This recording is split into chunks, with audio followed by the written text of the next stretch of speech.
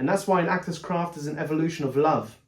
We discover more about ourselves, which has the capacity of shaping our identity and therefore transforming our reality and thus our connection to the art form, forcing us to fall in love with it over and over again.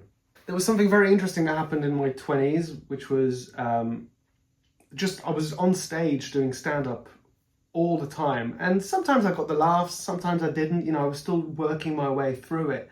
And as I was doing that, I was also just, living my life. And sometimes I'd have these little moments where I needed therapy, and they never quite hit to the core of what I needed. And then I did hypnotherapy in my late 20s. And something just healed, like something got unearthed out of me and genuinely had such a healing effect that I no longer craved love from the external. I sort of found it inside of myself. And so,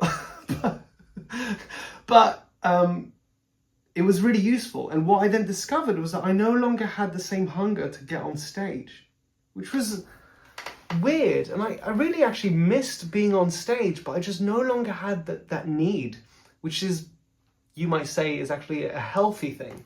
Thankfully, I've rediscovered my love and my hunger for the stage, but not for love anymore, more for money. And not because that pays well. I could go for another job, but I'm almost 40 years old and turns out I'm all in. That's one of the problems with doing acting so well in your 20s. My CV is blank. I have no other skills. This is it, okay? I can memorize lines pretty quickly. They can come out of my mouth in a pretty funny way, or tragic, because believe me, I have a well of emotions from which I can dig. Sorry, this is what I mean by distractions. Perhaps acting became a distraction. Oh, good timing.